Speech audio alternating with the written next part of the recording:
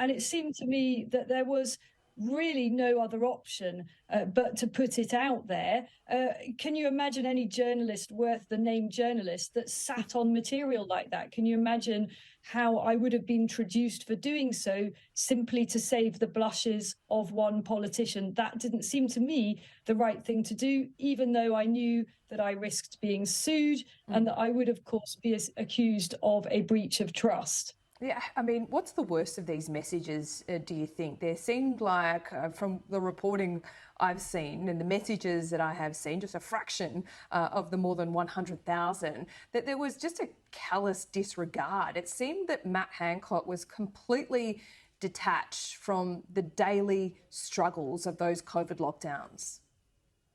I think that's absolutely right. I think that those politicians and advisors that were leading the response with a huge weight of responsibility, a huge burden on their shoulders, became increasingly detached from what it felt like to be locked down if you were impoverished in a high-rise property with no access to any fresh air or a garden, and the real suffering of people who became very isolated from loved ones, particularly in care homes. And what the messages show is the danger of the power going to the heads of a small group of people after they have seized, if you like, an unprecedented level of control over people's everyday lives. So some of the language in these WhatsApps is absolutely shocking. It doesn't matter where you stand on whether we should or shouldn't have locked down.